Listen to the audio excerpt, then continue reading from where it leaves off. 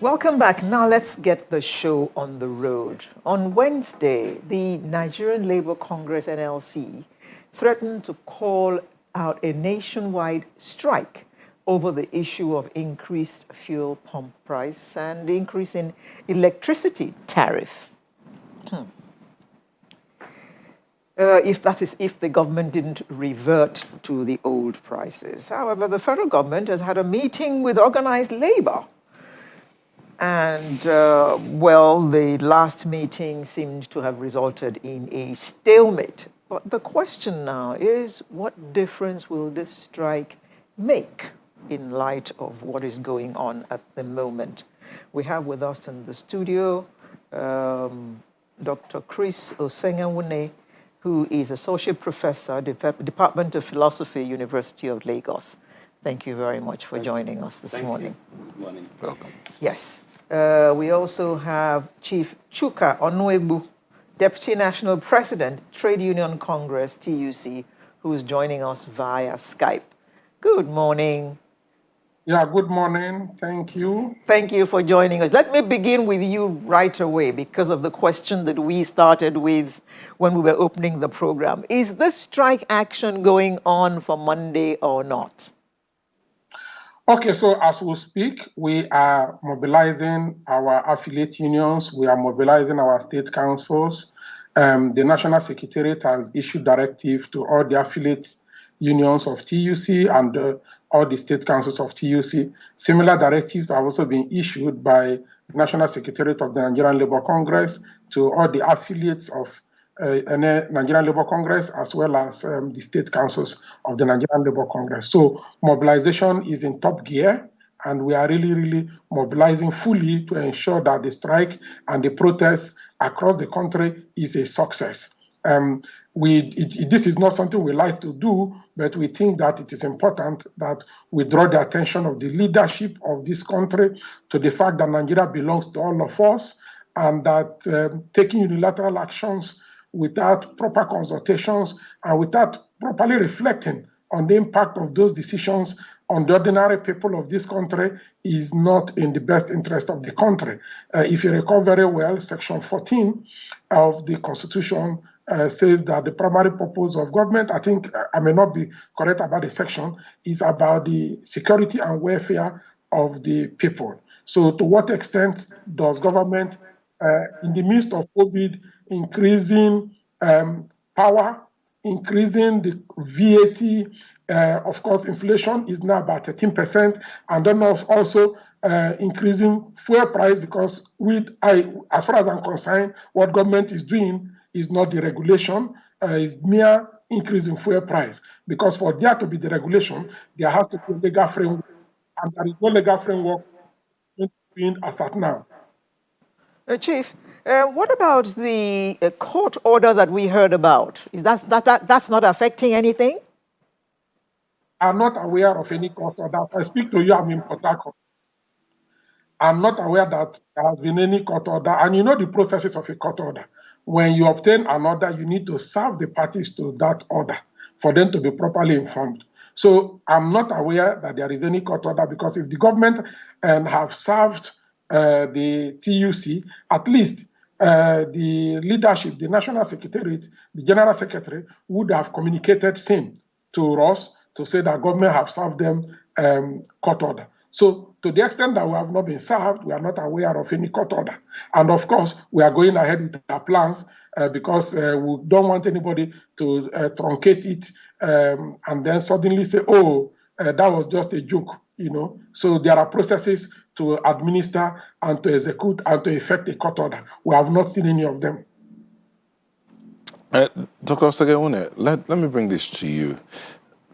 This matter, I know that the lecturers have their own issues as well, asking government to do one thing or the other. But before we even look into that, this is like organized labor, and actually it's part of organized labor.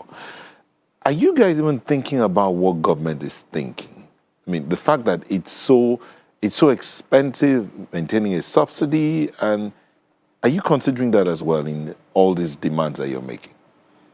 Well, the issue of subsidy has been a very traumatic problem for a long time. But unfortunately, the government has not been able to manage it well. You see, you can't just come overnight that you are taking off subsidy. What are the arrangements? Where are they expected that before this kind of decision was taken? At least you see buses on the road.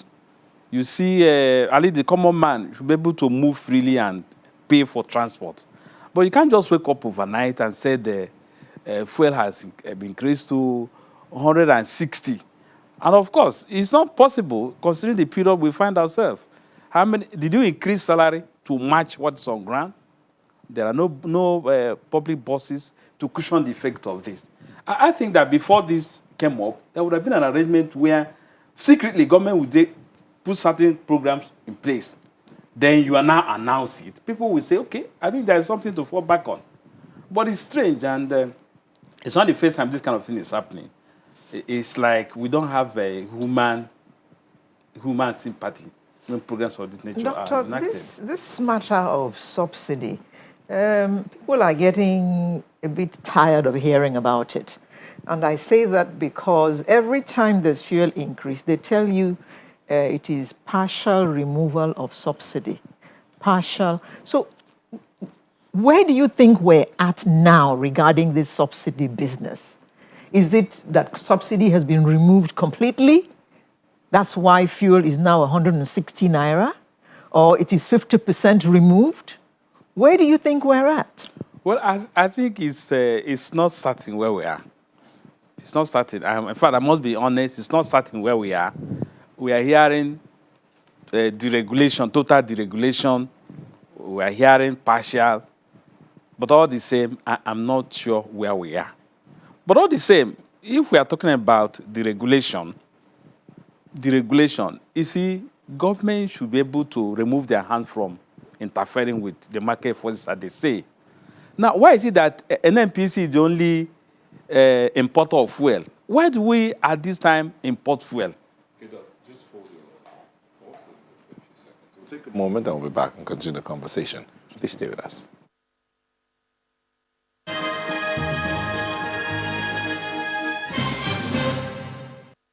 Thank you for staying with us. We still have Dr. Segewuna in the studio and Chief Chika Honorable joined us via Skype, and we're looking at this planned strike by Labour.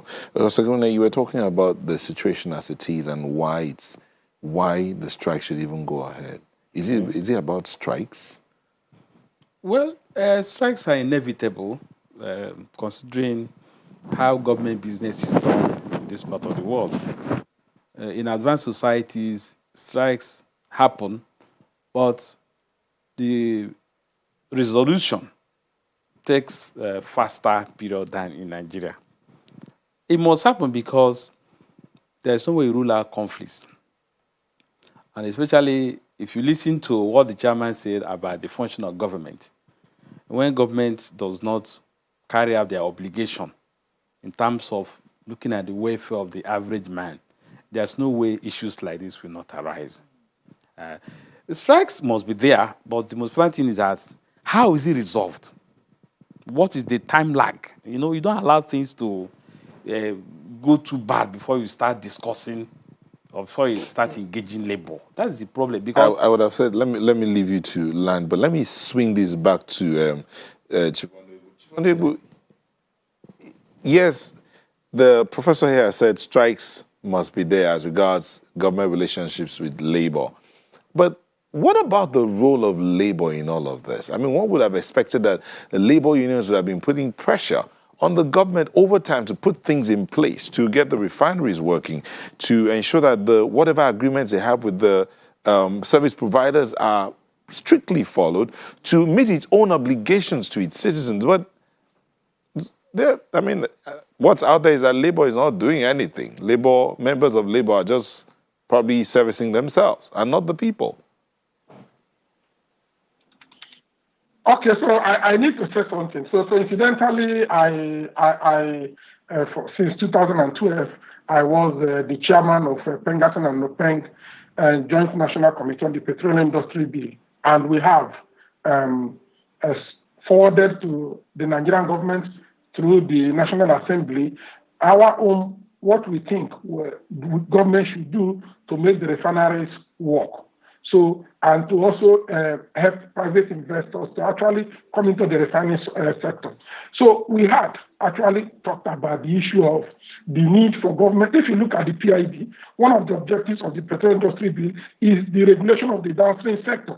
So we have been pushing for government to actually be serious about the petrol industry bill so that there will be proper legislative framework for the deregulation that is well thought out, that will serve the interest of Nigerians. For reasons best known to government have refused to do that.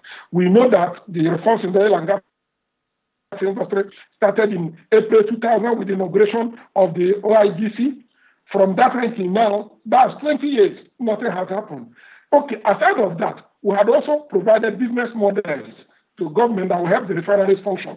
For instance, we told the government to adopt the LNG model in running the existing refineries. And what we mean by the LNG model is if you look at the LNG, Nigerian Liquefied Natural Gas Limited, sometimes people don't know that Nigerian government is not a part owner. Nigerian government owns 49% of the LNG, but is running profitably, running excellently, and running efficiently. And we say adopt that LNG model. And what we mean by that is that with regards to the existing refineries, we expect the country to adopt a modified model tailored towards the LNG, like I explained, where the national oil company will hold some 49%, core investors and local participation will hold the majority shares. And that's where we believe it will work. And then we also advocated to government that refineries should be standalone. I mean, government-owned refineries should be standalone entities of the proposed national oil company, so that the management of each refining company should be autonomous and fully responsible for its successes and failures. We also told government to provide effective incentives, to allow for the development of private refineries alongside the existing ones, and we explained to them that it is important to provide such a framework that will ensure that the local refining will be effective and that Nigerians will be interested in owning refineries, and also whether the big one like the Dangote and the Bua one, or even the modular refineries, So we provided this and articulated them and submitted to government to say this is what we expect you to do, so that you will no longer be importing refined petroleum products. But none of that has happened. And I must tell you that from 1973, when this subsidy thing came on board as a temporary measure, till now, there have been over 21 adjustments in the price of petroleum products by the Nigerian government. And at each of them, government will say the same thing, that they want to use the money for critical infrastructure. If we run an econometrics model, of what has happened over time, we see that price of fuel has been increasing while critical infrastructure has been going down. So what it means is that government has not lived up to its expectations, and that government has a serious credibility problem here, because government do the same thing. So what has simply happened, which we expect the Nigerian government to own up, is that when the COVID came, of course, it impacted the economy, the global economy, as well as the economy of Nigeria. Most countries started bringing palliatives to help their citizenry, to support their businesses, so that they will go through the period. If everybody will remember, that was at the same time with the Nigerian government increased the value-added tax from 5% to 7.5%. That was at the same time the government expanded the scope of the stamp duty to include even when you pay house rent. That was the time that the government also came and said, okay, they are increasing price of petroleum products, and that is the same time government came and said that they are increasing price of power. As we speak now, inflation in the country is about 13%. All the gains that were made by the minimum wage that government signed has just been completely eroded, and as a matter of fact, exchange rate has been devalued by 25%. If you apply the current exchange rate, that if you go to parallel market to exchange, which is about 455 naira to a dollar, to a 30 naira minimum wage, what you discover is that Nigerians are poorer today than they were in 1980, 1983. So by the time you bring all this together, you ask yourself a simple question. Our constitution says the primary purpose of government is for the security and welfare of the citizens. Since the administration of Muhammad Buhari came, which one have this administration done very well? Is it security, with all the insecurity going around us, or is it even the welfare of the people with this arbitrary increase in prices and of course all happening, right? and inflation at 13%. And then, of course, why all this are happening, a lot of people are losing their jobs, people are at home. So, which one can government say that they have done Thank well? you, Chief. Thank you, Chief. Let's bring the discussion back to the studio. Doc, what would you say to those who say that government needs to shore up its revenue because coronavirus, has affected the income of every country? Revenue has dwindled, so government has to do something. What would you say to those who are thinking that way? Well, I agree with them that government should improve their revenue generation. But before you talk about increasing the revenue generation, there must be some certain factor put in place. I said it before. Why is it this time that everything is coming together? You have heard what he said on VAT, from VAT to electricity, now is fuel. And this is critical to the survival of individuals, organizations, and even the average life of every Nigerian. I think that before government should do this, certain things ought to be put in place. Now, the critical question is that why are we still importing fuel by this time? It's embarrassing because if the refineries are working, we cannot be importing fuel. Why is it difficult that the refineries are not working? What's the problem? Because remember when this government came in place, that was the first thing they promised us. They're going to fix all the refineries. I think Some say it's more expensive to fix those than to build new ones, that those ones are so old. Now, they told us that in the past 10 years, they have spent more than 10 trillion naira. More than 10 trillion naira. Can't 10 trillion naira take care of, even if we have 2 refineries? Why? So that's you see, this lackadaisical attitude of people sleeping and telling us what government is planning to do is unacceptable. It's no longer fashionable in this century. The question of consequence management, there's some say unless that is brought in, we may never see the light as regards cleaning up the oil sector and getting the refineries to work. Consequence management.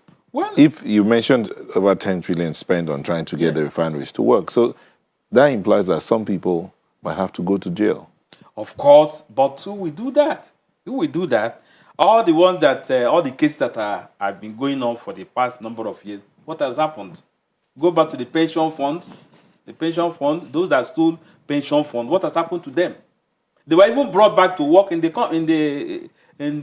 government business. Why are we like this? Why are we? This thing does not happen in sane societies. It's a question of adult delinquency. Adult delinquency, that is what is happening to our leaders. Because, government business should be a serious business. Okay, so if you are not capable, you get out. Let others who are competent take over. Again, the question of the role of labor in this. If things are going south, how much of pressure is labor putting on government to ensure that there is consequences for good or bad behavior? Well, Chief Honorable.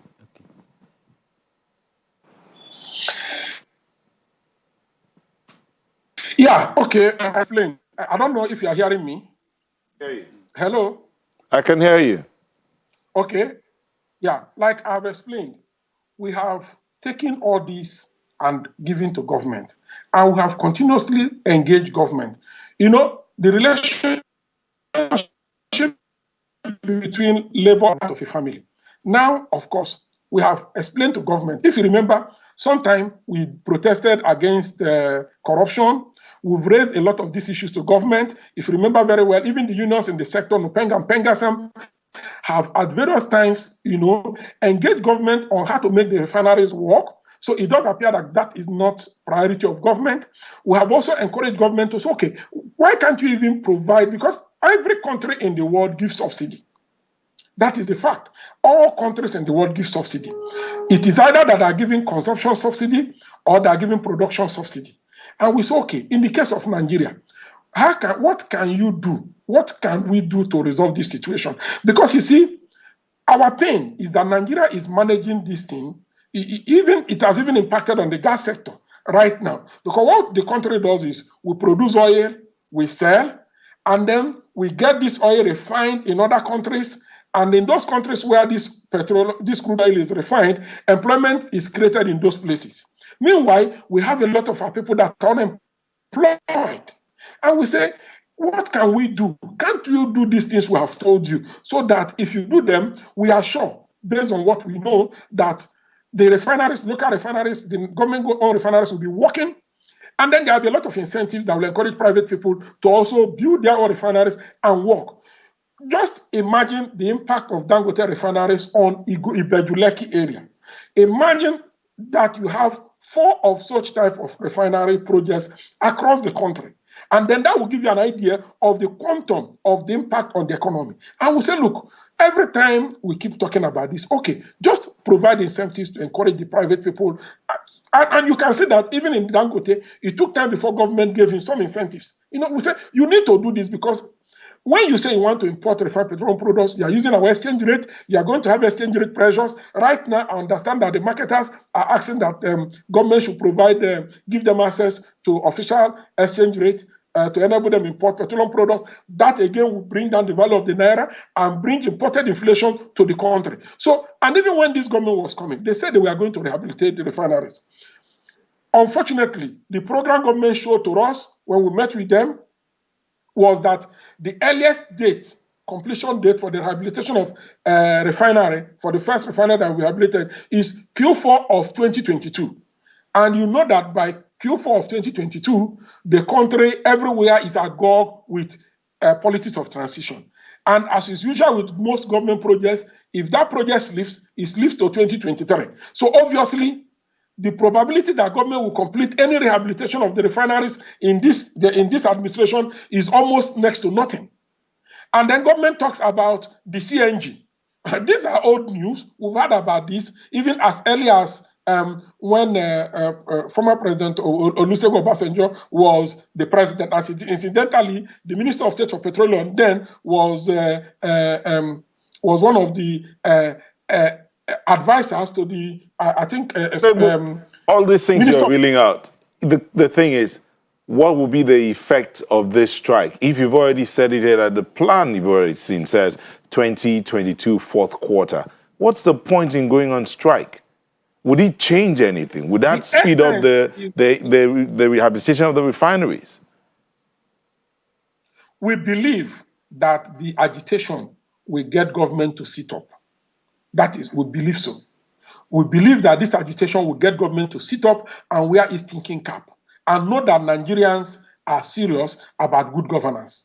We believe that this thing will get government to think about the ordinary people of this country, to know that Nigeria is, as a country, belongs to all of us. Nobody owns Nigeria more than any other person. That people are in power today, they won't be in power forever. After some time, others will get into power.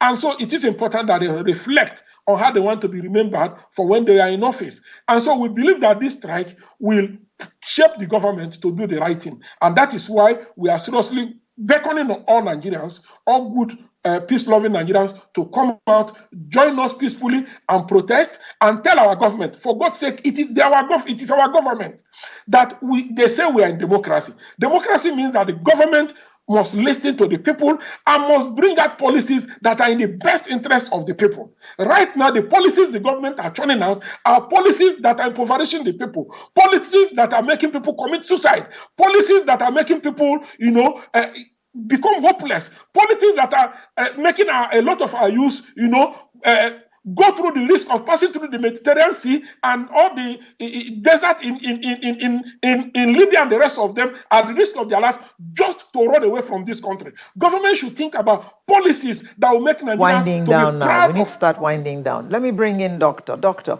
quickly, shouldn't labor be in the forefront of taking our society out of this dependence on gasoline? There are other options that the world is now tilting towards, but Nigeria is not even going in that direction at all. And the options are even cheaper than petrol. Yes. Well, I quite agree with you. Even government is suggesting gas, using LPG for cars. But it's like we are always sleeping. It's when there is a situation like this that we wake up and then everybody will be running head-to-head. Labour on their own have done very well. But, you know, over the years, too, government has divided labour. And so they cannot speak with the same voice. It's not that, at least for the past, if I'm not mistaken, for the past 4 years, for the past 4 years, Labour has not been together.